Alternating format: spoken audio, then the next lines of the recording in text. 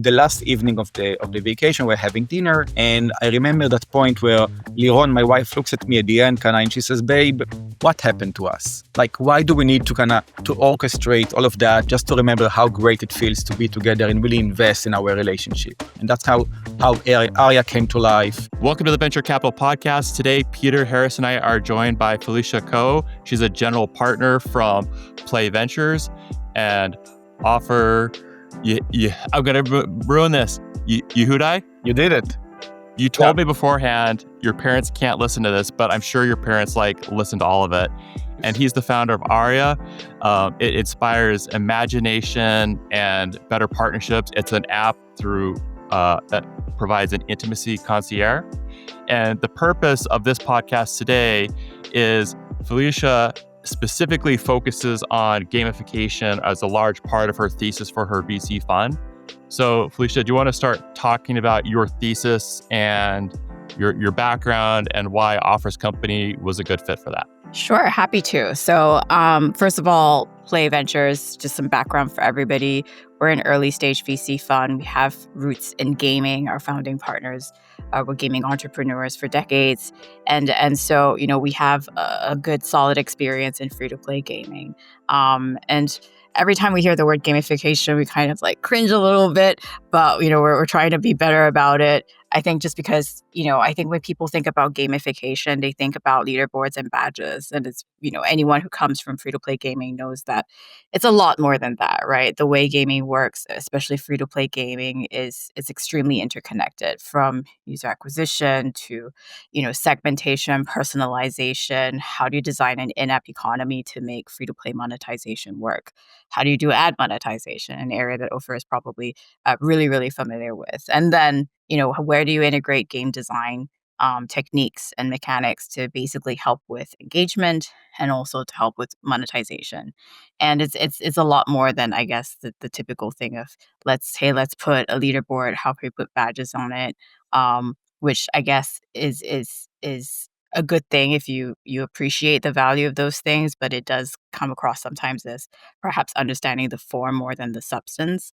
How would a game designer, for example, approach these things? So think about your early user experience, your mid-game experience, your late-game experience, and figure out how you layer all these things together to make a really compelling product. But anyway, the long story is... And I apologize, it's a very, very complex system, making apps engaging. Preparing for this, I was listening to a podcast from the founder of Shopify, and he was talking about how all of his kids are dyslexic and how the game process can make it enjoyable for his kids to learn and become proficient in areas they probably wouldn't have been.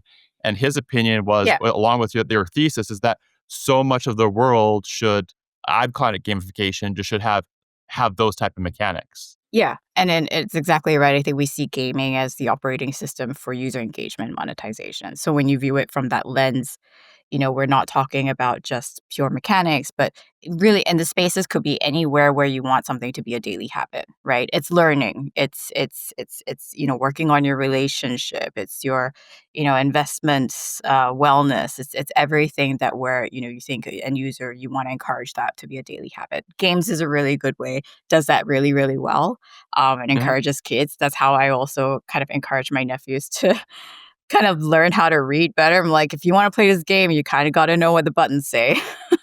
And that's much better motivation for them than, just pure telling them you got to learn how to read. You got to learn how to spell better. So yeah, I totally, I think, resonate with what the Shopify CEO was talking about. And then tell us what got you excited about Offers Company, because it's, and I know we're talking about gamification, but it sounds like you guys do some investing in video games specifically, but his is anything but that, right? Yeah. So I think we started off, our roots are in gaming. We invest in gaming content makers, publishers, gaming adjacent technology. And look, the truth is free-to-play gaming is a mature market right now. So as gaming investors, we're obviously thinking we got to evolve or or go extinct ourselves, right? And we looked at, hey, what are free-to-play game makers really good at? And what are transferable skills? And then we looked at the consumer space. And back in 2022, I think consumer in-app purchase spend was half of that of gaming. But we saw a lot of opportunities. We knew that, hey, look at Duolingo doing an amazing job, right? But we also knew that, most consumer apps, for example, operate from subscription, and we know that that caps LTV. We know that, it's not so easy to design an economy. It's not like you just spin up a web store and start selling power ups and suddenly everybody's going to buy it. That's not how it works. You do have to design an economy where there's reasons to buy this, right? Where you're going to spend your gems on. What does it do? What kind of actions and behaviors do the gems encourage, for example, if we're going to do that? And so we started looking into the consumer space. I actually started out looking at the dating app space, which is, you know, I don't want to talk too much about it, but it is highly competitive. It's extremely saturated. It's like every niche you could find has probably been done and been purchased by Match Group. And I started thinking about it as, okay, well, dating's really tough. But like, what happens after the dating when people get into relationships? Because I've been in with my partner now for like 12 years. I know it's hard. It's difficult. We have like date night ideas, and we're like, yeah, we should go out, we should do this. And then 3 months later, like the date night idea list is still there. No, we just haven't done the work. We haven't done it. We haven't planned it. We default to like going for dinner dates, which is fine in itself, but like it's not that it lacks that intention, right? Of like, what are you really trying to achieve with this dinner date? And so we started looking at space. And here comes Ofer. He was actually referred to us by a good friend and another founder in the portfolio, Mar.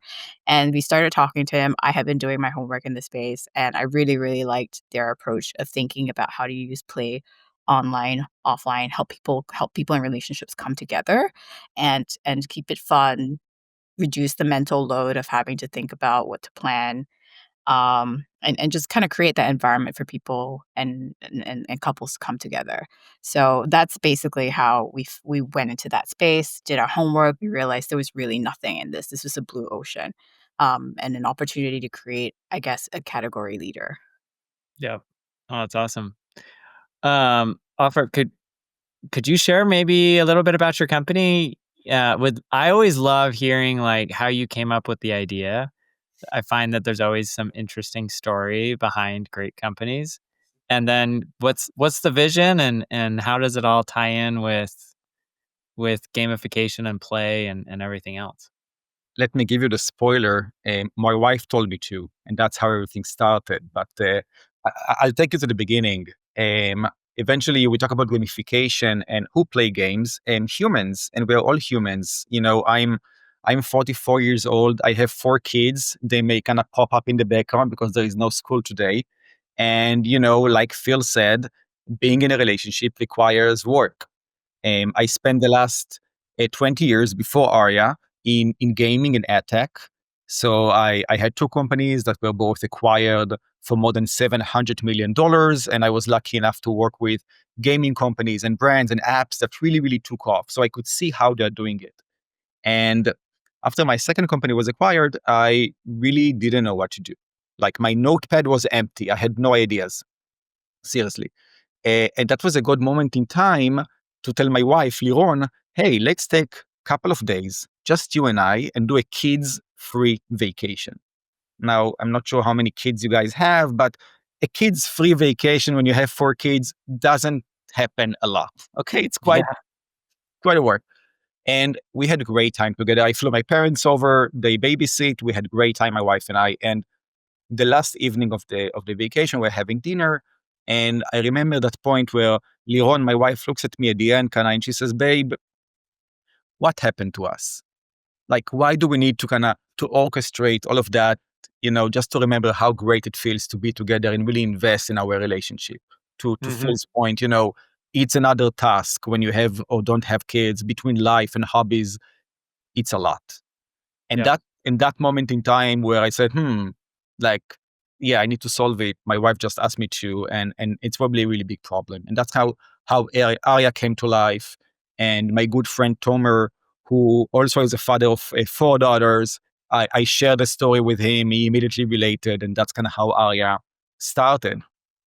And just to connect the dots, I mean, look, consumers, they spend billions on their wellness, right? We spend billions on how we sleep. You see all the sleep app and smart mattresses. We spend billions on how we look. Look at the GLP-1. So we can find love online, to Phil's point, and spend billions there. Yep. But no one teaches how to stay in love, right? Like Yeah. in the movies, everything happens miraculously and spontaneously, right? There is a scene, cut, and the couple is happy. Like no one, Forever. Happily ever after. Yep.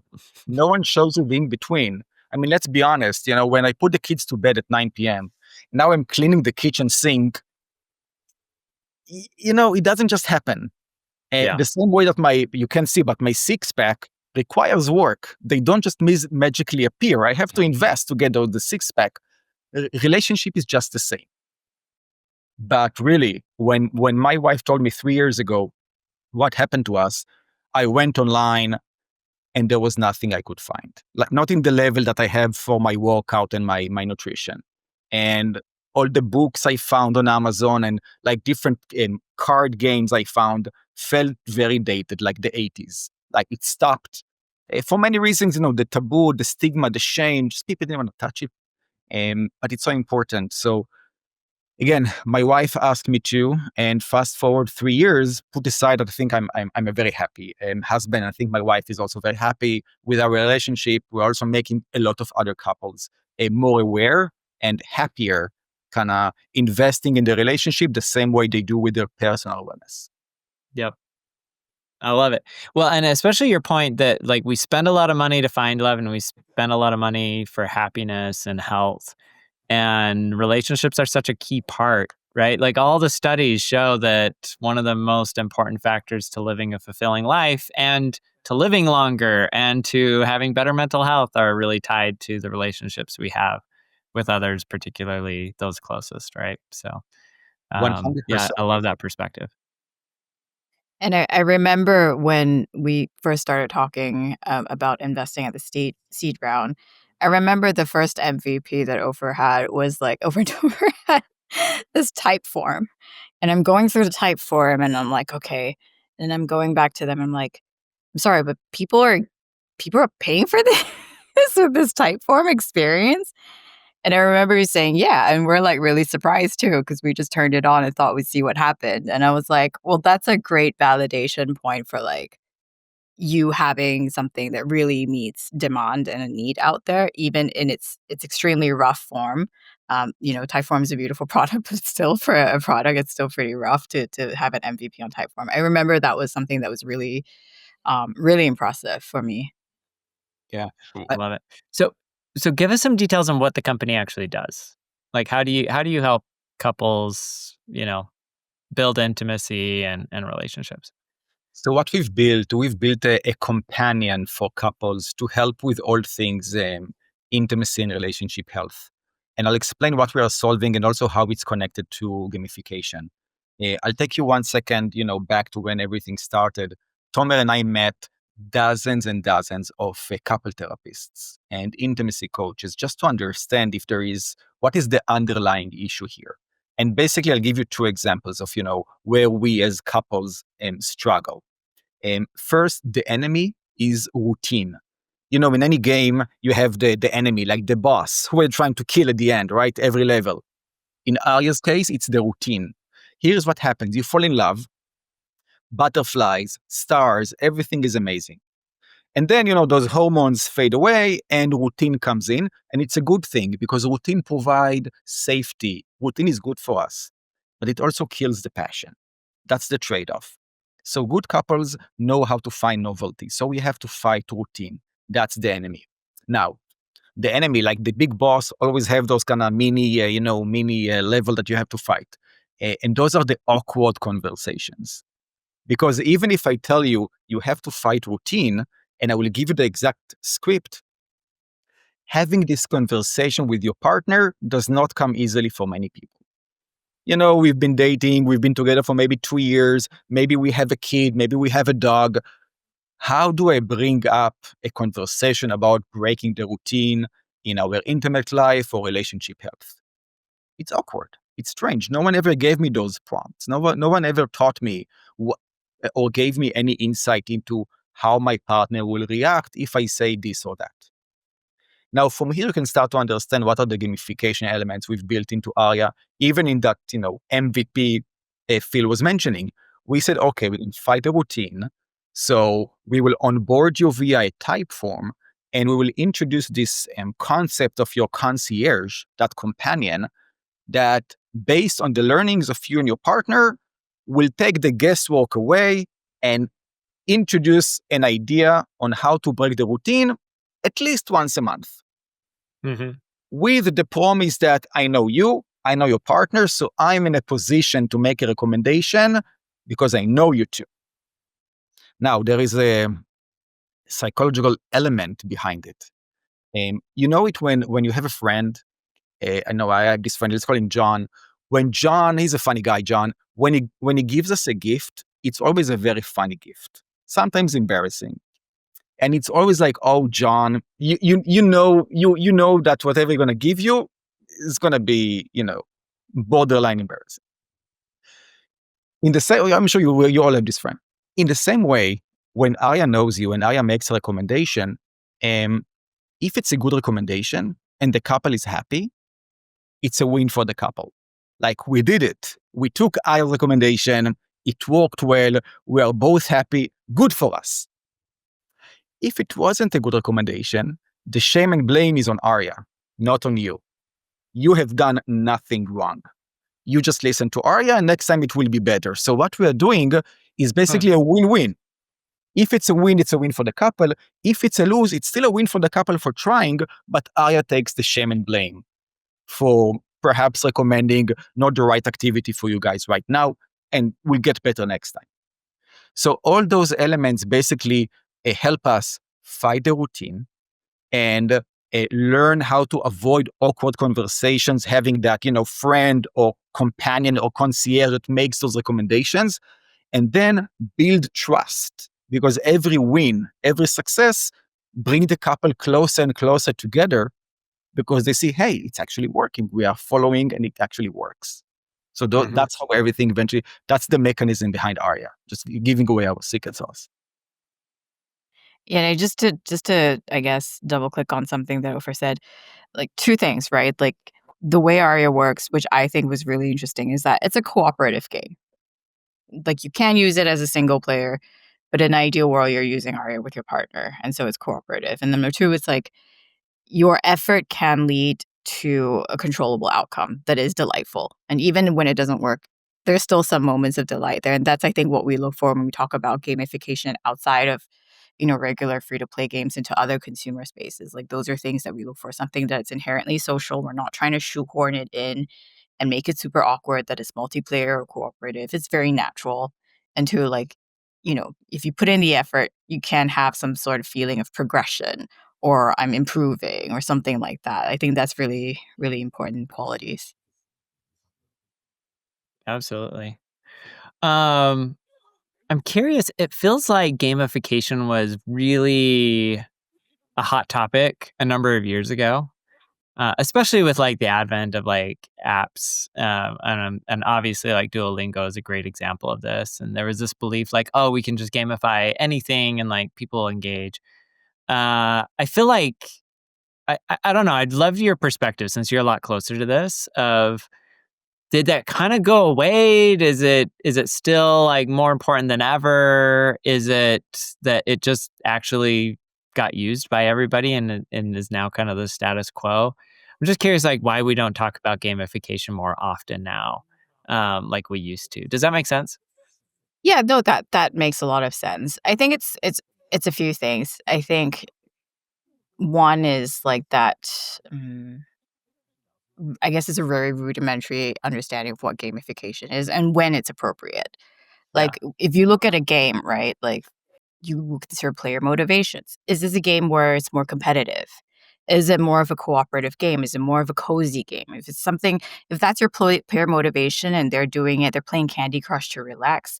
Like trying to introduce a competitive element to it just doesn't work. In fact, it's just detrimental, right? So I think it's being more sophisticated and understanding in the entire toolbox of game design what is appropriate, why is it appropriate, and when should you bring it in.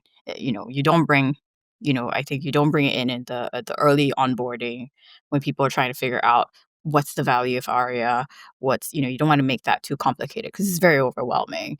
And then eventually they're like, okay, I get what's going on here. Like, I get what's going on with Duolingo. I start to have like more depth to it because otherwise it gets monotonous, right? Routine again, and you get bored and you won't come back. So then you have things like streaks and leaderboards to kind of keep you going. Even Duolingo it's not like people are learning and they want to see how they're doing and progressing, but it's not like very extremely competitive if I compare it to some, very, very competitive, shooter games or whatever like that.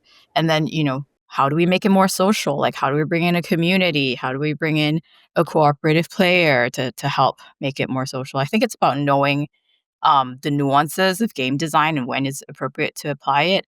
But besides that, I think it's also, sometimes I think it's hard for people when they don't come from gaming or they're not big gamers to understand, again, the nuance of when is right to apply something. And then there's a whole other equation of gamification, which we think is not talked about enough, which is everything is connected. How do you acquire your users? Where are they coming from? Why did they install ARYA, or why did they sign up for it? Why did they sign up for another app? They came through a different creative. Maybe we need to onboard them in a different way. They have different motivations. um, you know, and then how do we keep them going? Because most people will it's inevitable. We all start, new year, we'll start with like the new fitness app and we'll all be really, really good at it for 2 months. And we have the best intentions, but we just turn because it feels bad. And how do we get people to come back? How do we re-engage them? And for those most engaged users as well, like their product experience and their game experience will start to look very different from somebody else who's not so much of a heavy user. So I think it's, everybody having an evolution in their understanding of what gamification is and what are the lessons that we can transfer there. If you're building a product and you just say you don't consider all these things and you just put badges on, like it's not going to do anything. And I think many people kind of just maybe say, it doesn't work. It's not that good. It's like a fluke. Duolingo did it and it was a fluke. Maybe it just wasn't the right thing for your particular product and your use case. Yeah. How does ARYA approach those type of elements, and how does it bake it into the app? If we take an example from Ready Player One, life is a game. It's all about just having the right skills and the right tools to win the game or be the best in the game. And I think looking back in history or even at nature, I mean, we all play games to acquire new skills. Like you have the setting, you have the rules, so you play the game to get better at a certain skill. And I think here as well, I think fighting the routine and fighting those awkward conversations. I mean, yes, you can take a very educational approach and say, hey, John, hey, Peter, I'm going to teach you the science behind why routine is kills passion and why there is this conflict of being a partner, being a husband and a father, being a wife and a mother. We can talk about the science behind it, or I can create an experience for you. Experience with some kind of a delight and reward at the end, which works very well on living creatures. Like we love it. Like it's very satisfying. So again, the idea here was we wanted ARYA to be a wellness product. This is not therapy, right? We're not here to repair or fix a broken relationship. We want to create a habit or a pattern when you and your partner take the time to invest in your relationship health, just like you take the time to work out, meditate, invest in your mental wellness, just the same. So I think the approach of taking, this wellness and experience approach immediately took us to gaming. And maybe, Peter, to your question before about gamification, I don't know, perhaps gamification has been overused, but still the elements of game remains the same. Like there is a start, there is a beginning, there is some kind of a task. There is an interesting research from Washington University where they took a group of couples, broke them into three subgroups. One group told them, keep living your life, do whatever you do every day, don't change anything. That's the control group. The other group was told to find one new thing and keep doing that one new thing all the time. And that last group was told, we want you every week to try something that you haven't ever tried before, no matter what, whatever, cooking, walking, relationship, doesn't really matter, but every week something new. And they ran it for 6 weeks. And then they asked to kind of report back on their closeness, on the relationship health, and like a bunch of parameters. And that third group that tried something new every week reported by far improvement in all the elements of the relationship health and closeness. So again, that feeling of trying something new, exploring a new territory, just like a game, when there is a new level, I'm excited. Oh my God, what's going to happen now? Who is the bad guy? Like, what can I do? Do I have a new weapon or a new skill? It's very exciting. So it's really all connected eventually. I mean, we couldn't see any other way to build ARYA with not a kind of this wellness and experience approach. Yeah, I think it's the idea of like that shared goal, right? Like you see it in games, you might have a group quest. You see it in games as well where there's live operations, you have your usual core gameplay, but hey, during the weekend, there'll be like a, 3 hour kind of special.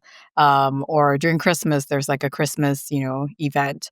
And it's that idea, I guess, ARYA brings in different things and that novel experiences. So it's not always the same things again.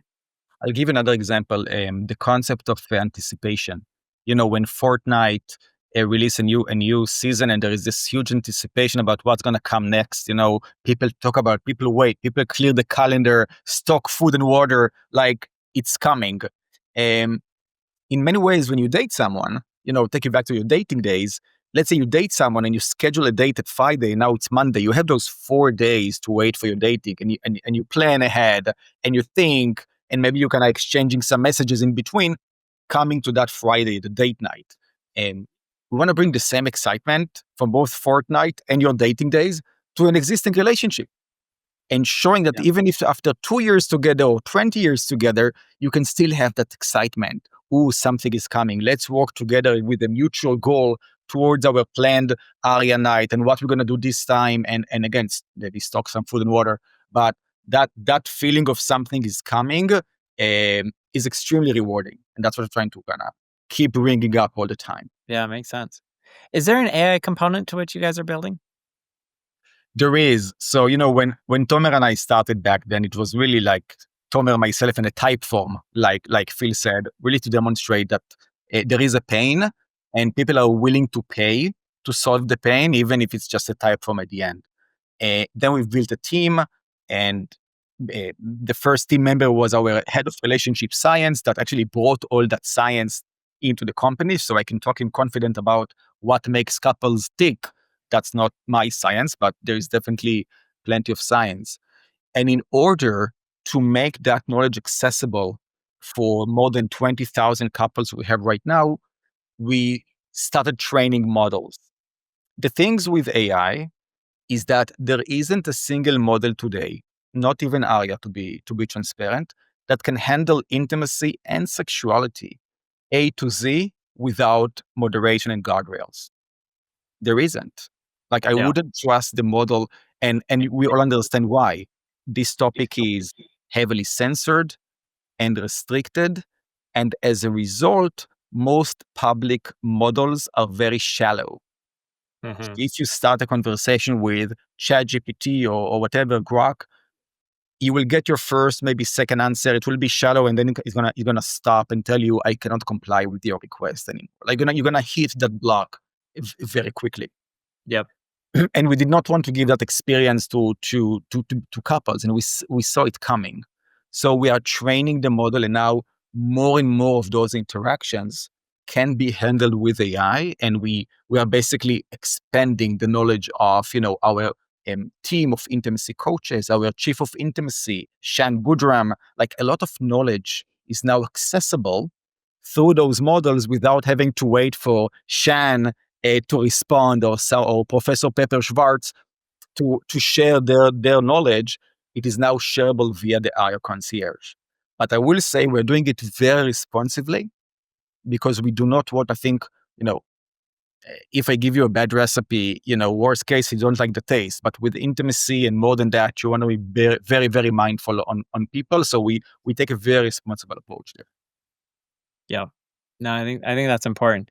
I'm curious. So I posted an article today, or not an article, a post on LinkedIn today around AI, because there was an article that just came out in partnership with OpenAI, where they talk about like the top uses of AI. And one of the surprising findings is that AI, like basically 1 in 3 people or 1 in 3 queries on ChatGPT is really about learning. And like it's interesting to me because I think there's a bit of this paradox of we read stuff like the MIT study that says that we're losing our ability to think critically thanks to ChatGPT. But simultaneously, a lot of people are using it to learn new things, whether it's a teacher, tutor, how to do something, how to improve your physical and health, your physical fitness and health, and so forth. And so to me, I think like one of the big opportunities is this idea of how do we move from an educational perspective of like we get up and we lecture at people to get them to learn something, to really like when education is the best, it's when we inspire people and we generate within them a desire to learn.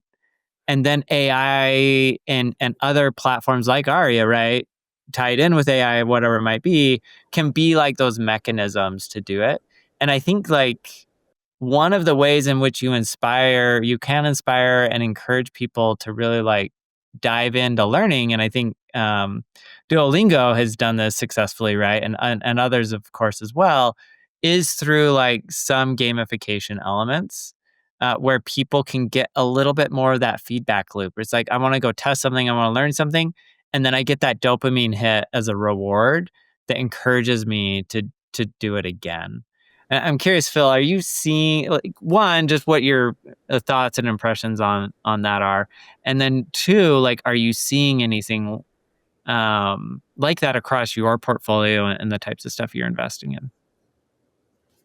Yeah, so I think that's definitely part of the thinking when we talk about how can we use gamification to build daily habits. And you're right, dopamine hits, positive feedback loops, we call them near wins, right? All of those are actually really important, I guess, moments that we want to get people, experiencing very quickly when they onboard. You could call it the magic aha moment where they're like, oh, okay, this is fun. I got, my Duolingo, I don't know, question or level for that day correct, and I'm getting, the fireworks and the confetti on the screen and make me feel good, right? Yeah. And then how do we keep that going and how do we get them that feedback loop? Even the near wins like we talked about, like, oh, you almost got it, right? Like the way you present that is also important so that people don't feel like, oh my God, well, that was like 3 hours of my life I'm never gonna get back. And don't get me wrong, in gaming, you do have those kind of games where the pleasure is the pain. Yeah, But for most for sure. people, when you want to motivate them, like that's not probably how you want to do it. And we see it, across the portfolio and other spaces too. Like we talked about, this ARYA for your relationship. We invest in a company. I invest in a company called Alinea that does investing for Gen Z and millennials, and specifically resonates a lot with women who have historically, I guess, under indexed on investing, right? And so there's a Yep. wealth gap and there's a feeling of like, oh, I don't understand what this means. It's very technical, and historically the investing world and the financial world has not really spoken in a way that I guess other people in this demographic have found accessible. And so here it's not, I want you to make trades and get confettis every time you make a risky trade. It's, I want you to get into the habit of doing dollar cost averaging into a portfolio of, let's say, stocks, bonds, whatever. And over time, that compounds, that habit compounds, that wealth literally compounds, and your, financial wellness is a good thing. It's a good thing. Yep. I think it's also across the board. Like I think there was this NBC news desk report that surveyed people across, all political spectrums, and it was universal for women. Like they wanted to kind of have financial independence and understand investing better. And so something like Alinea also helps to address that. And there again, it's nuanced. Like their feedback loop and when they get that positive feedback and the dopamine hit is different from when they get it from ARYA, for example. But I think it's an example of how do we use these things from games to create great habits and have great outcomes for people and for society at large as well. Yeah, I love that. It's interesting you bring that up around women and investing because my firm, University Growth Fund, we teach students how to do venture investing. And so we have about 50 student interns, and we struggled for a long time, frankly, to get women into the program. We're based in Utah, and there's some cultural reasons why that's the case. So what we did is we launched a venture capital case competition because when we talked to a lot of women, when you peel back the layers, it was like very clear that there was a perception of like risk. And they didn't want to take the risk of doing our internship and not landing the full-time job at the end, because you could just go do an accounting internship and the accounting firms would hire you, right? And it was like a very clear pathway, low risk. But like, frankly, like, no offense to any accountants out there, I'm glad we have accountants because I couldn't do it.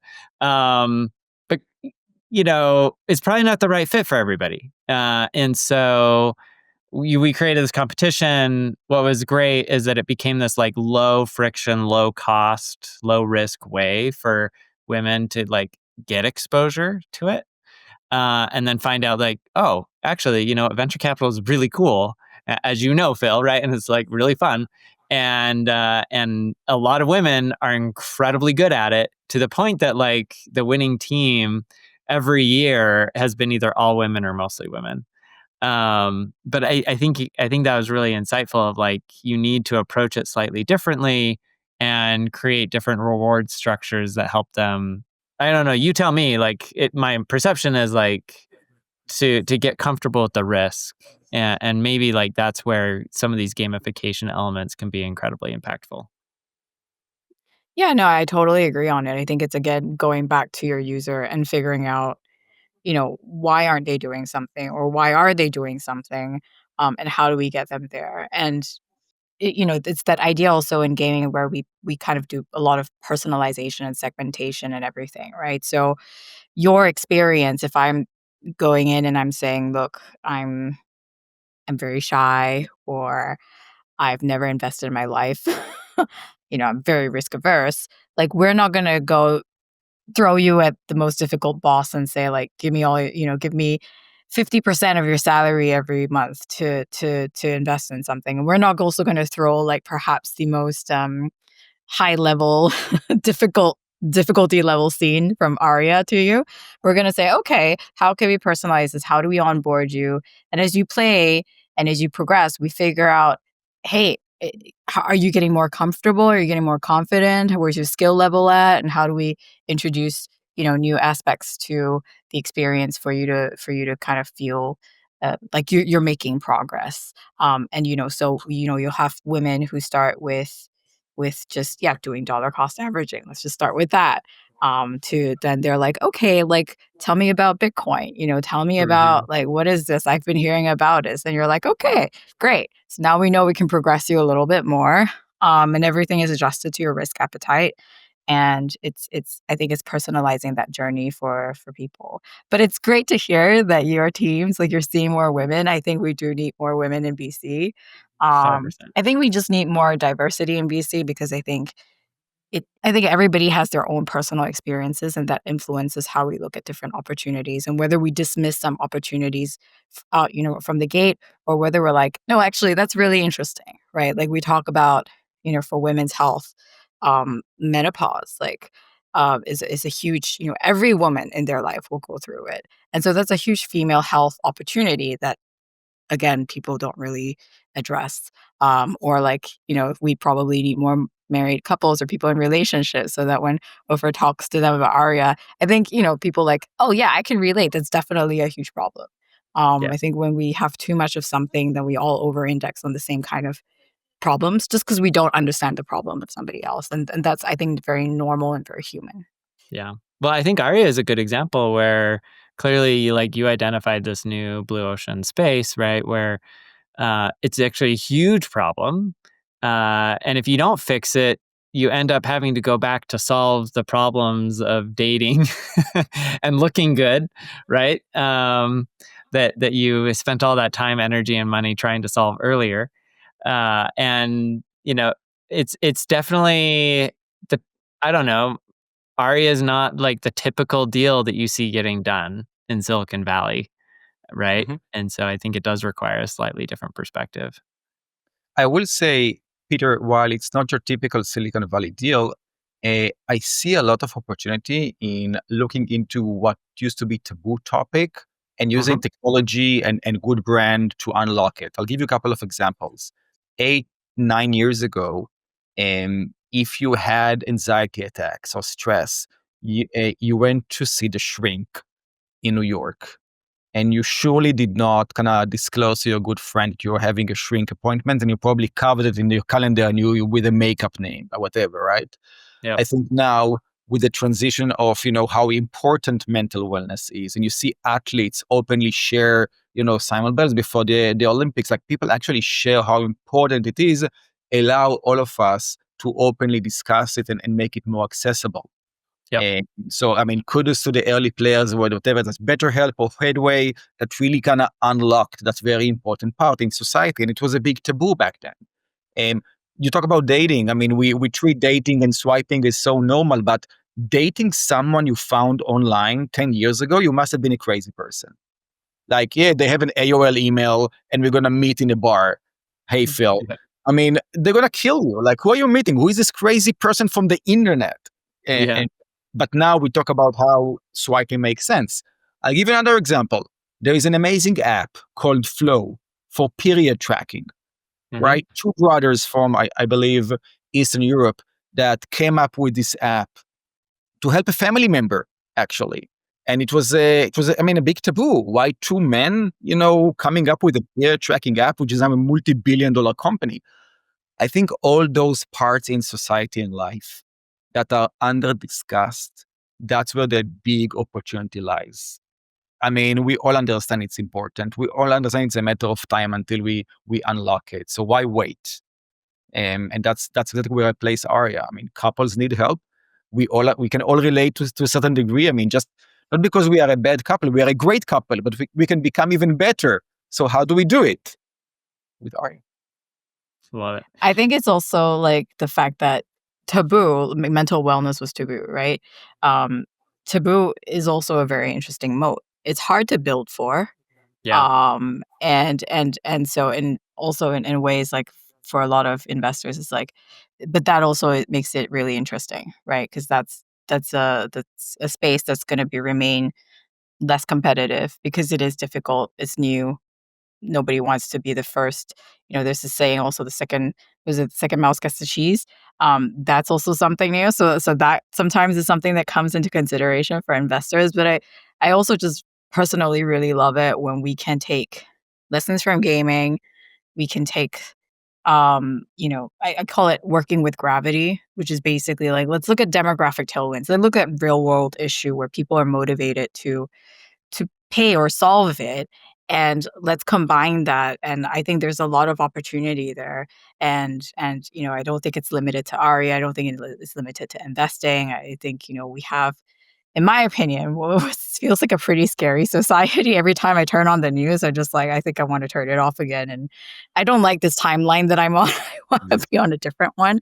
But like, there's so many things there that I think we can use. How do we use all these things and actually solve real world problems? Yeah. I think there's great opportunities there. Phil, So, talk to Akita Bear. He can change your timeline. So okay. If he can, ask, he can take all my money. I want to ask maybe a sensitive topic, but I think a really relevant one, which is, so there's been a lot of pushback, right? There's a belief on gamification, and a lot of concern that like technologists are hacking our brains to make us addicted to things. And love to get your perspective on that, Phil. Like, one, like, is it a real issue? If it is, like, how do we use gamification and our knowledge of neuroscience in a way that's responsible and ethical? I think that's like $1 billion question. I guess we like, to me, it's a really good question, because when I think about, like, we talk about society, right? And all the scary things. I think there was like something there around how in today's world, there's, I think, a gender gap between life goals now. for example. Like more men are put having a family and getting married higher than most women. And that's like something that is very difficult to solve. There are other societies in the world where there's like, I call it hard-coded gender gaps, right? You just you have, for whatever reason, more male babies being born than girl babies. And that's just something that's really going to be difficult to solve. And it's a ticking time bomb, because when you have big portions of society where they're not going to be able to have that dream life or their goals met, it's normally a ticking time bomb. And so that's something I'm thinking a lot about. Like, can we use technology to solve this issue? Because it's going to be a very real issue. And I'm always in favor of solving things that, like, again, there's an additional motivation to it besides just let's be entertained and let's learn a language. Like, can we solve something that's real? And I like to think that there are probably more investors like me out there who are thinking about it, and more founders that are thinking about building these products that solve real world issues. But yeah, I think we have a really big challenge as society, because I think also a lot of stuff around AI is just, the truth is, like, these are all new spaces and it's evolving so quickly, far more quickly than regulation or us as human beings know how to wrap our heads around it. But I think the fact that we're asking these questions is probably a good thing. And I think, it's important to be able to have like these discussions and discourse, because that's the only real way we're going to figure our way out to this. But yeah, I'm a big fan of like all things in moderation. So, even though we're a gaming VC, should your kids be on screens all the time? No, probably not. All things in moderation. Like, there's value to gamification, but they still, like, is it as good as them going to the playground and playing with friends and learning social skills? Probably not. I think tech can help to solve a lot of problems, and I think it but in some ways it's just an imperfect solution as well. And I'm going to say something that Oprah's going to disagree with, which is, I used to think like companion girlfriends and boyfriends and stuff like that, that was like, haha, it's funny. But as I'm thinking about those, gender gaps we're talking about, I'm starting to wonder if maybe those things, although imperfect, are a solution that we need probably as society, because we have these issues that are otherwise, the imbalance is just probably impossible to solve. But yeah, I don't have all the answers. It's just something that I think about a lot. So I want to jump in. Thank you, Phil, for I was about to say that, and it's a nice connection. So listen, Peter, there is nothing that worries me more than AI meets gamification than the concept of virtual companions that Phil just mentioned. I'll give you my take on that. Look, loneliness is a growing pandemic. Like people are lonely. You look at the birth rate charts, declining all over the place. As we talked before about gaming and acquiring new skills, you look at Gen Z. Gen Z is the generation that has the most challenge in creating both physical and emotional intimacy with each other, more than us and our parents and our grandparents, just for comparison. Yeah. So we are lonely and we lack social skills. Can a virtual companion provide me, the individual, some kind of a moment of a temporary relief? Yes. Why not? By the way, that's the easy way. That's the hack. That's the scary part about gamification. That's the get me hooked and addicted to someone that never challenged me. It's like sugar. It's always sweet. Why not? Yep. Will it teach me the skill set to go and form real life relationship and skills? That's where I have my hesitations. I think AI and technology and gamification can help us fight loneliness together by bringing people in real life, whatever it takes. But I don't want to replace the real life connection with a virtual one. Well, I mean, yes. But I also think, again, like, just to be a devil's advocate here, like, the fact is not, as much as we want everybody to be able to go out there and get, their social interaction, their social network and community, I think there's just going to be some people that, for them, like, even though this is an imperfect solution, it is a solution. And maybe, I remember wasn't a few months ago where, OpenAI had a ChatGPT became a bit sycophantic, and people were like, "Look, this is creepy and weird." So that gives me hope for humanity. You know, maybe right now those companion chatbots are a little bit more sycophantic. They never challenge you. They never disagree, which is not healthy and not normal. Yeah. But maybe, you know, as they evolve and, you know, that they can do that. And you look at it as like an ideal world, those are training wheels for you to go out and maybe have a conversation with somebody else and grow your social network. But also I think there will be a group of people where maybe they're just not going to get there as well. And I feel like, yeah, maybe they should have that as a solution. Devil's advocate. It was interesting. I read a report recently that, and this is just Utah, 1 in 3 single Utahns are using AI in some way related to the relationship. So they didn't distinguish between using it to help you in your Tinder conversations or actually using like an AI relationship and having a relationship with the AI. But either way, like a lot of singles are already using it to guide them and to pull and to guide them and also to use it in their interpersonal relationships. Which And is I just great. thought it was fascinating. This is great. Yeah, if an AI can help me become a better version of myself and then kind Yeah. of present and create those connections, I mean, this is awesome. That's what we're all hoping for. I think that's where tech can really help us live our life. Yeah. Well, I think there is also an opportunity for AI to like take care of a lot of the mundane things. And as long as we don't fill our schedule up with other stuff, should open up more time for intimacy and relationships in the real world. And I have a thesis that AI is actually going to drive over time more interpersonal experiences because those are the things that are going to be real. And I think you're kind of already seeing this to a certain degree with people like Taylor Swift, who it is not like anybody went to her concerts because they wanted to listen to the music. You can listen to the music basically for free now.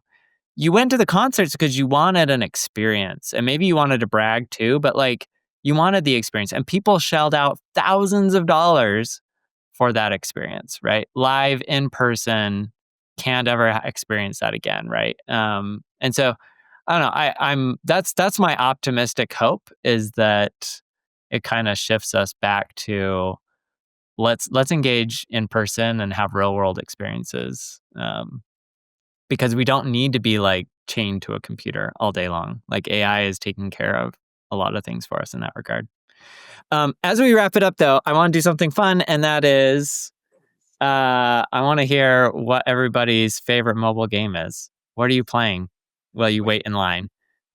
I'm a huge 4X survival apocalypse scenario kind of girl. So I'm still playing my Whiteout Survival, which is a Okay. lighthearted version of an apocalypse scenario. I just want to say that. I'm afraid of that game. I feel But it like it'd be has like Clash of Clans for me, and I'd be addicted for years. I John, I don't think you should start then. I I think you played might Clash of Clans. become I like deleted me. the game 4 or 5 times, and the only reason I broke the habit is on like when you get up to the top, it just took. I think you had to start to pay to play, and I wouldn't do that. So I didn't have the self control to stop playing. The system broke me, but like I would be on work calls all the time, just like building my village. So Love it. that game's scary. Well, you asked what is my favorite game and what do I play, and those are two different answers because even to date, and again, I'm 44, my all-time favorite game that I was addicted to was Heroes of Might and Magic 3. That was the best game ever, in my opinion. I see Phil is kind of raising her eyebrow, but it was an amazing game. Nowadays, I don't have much time, so I'm more of a hyper casual type of game. The one that you open up in 15 seconds, you kill 45 seconds, and you move on. Yep. And all the friends in the industry that does all those kind of silly hyper casual games. I mean, that's I'm a sucker for those. And What are you playing right now? What's your go-to? Click it the one open. with it's actually an oldie. The one with the water slide. I forgot the name. I think it's Voodoo. When the water slide, where you have to kind of beat people when you go down the water slide. Phil knows. Okay. We used to monetize it in the days.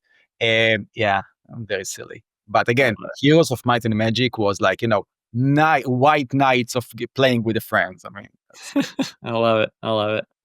Peter, what's yours? Play Yeah. a lot of board games, and I've been reading a lot on World War II recently, and so I've been playing a lot of Axis and Allies, which is this old school board game where it pits you in World War II. Pretty old, yeah. It's pretty old, but they do have a mobile app, and so I've been playing that recently. So, anyways, well, this has been. Go ahead. I think my classic one would probably be Civilization. That's my Clash of Clans, by the way. nice. I cannot have that. I've had to delete that game off my iPad and everything. I can't be trusted with it. There was no I remember one summer I was in Italy and we were in Venice for just about a day too long, and I was like, I'm gonna load it up, and I spent the entire day in my hotel playing Civilization. It was You're in like not one good, of the and most then beautiful spots in the whole world, and you're sitting in your hotel playing Civilization. And I'm like, I already did the canal thing, and I already went to the churches. Like, it's fine. Like, I think, I'm going to play Civilization. This is really important. This guy keeps trying to, like, invade my territory. And so I'm, like, at war right now. Don't talk to me. But yeah, that's my classic one. And yeah, I'm playing Whiteout Survival, and I think there's another one called Tile Survival, which is basically the same thing, but just a different skin. So you could tell I'm just a sucker for that category. You have a genre. I love it. Well, this is a super fun conversation. Really appreciate both of you joining us for the episode today and for the conversations and a lot of the insights. Really interesting to kind of see how you're both thinking about gamification and what the future looks like. So thank you for the time. Awesome. It was really nice to be on here. Thank you, Peter, and thank you, John.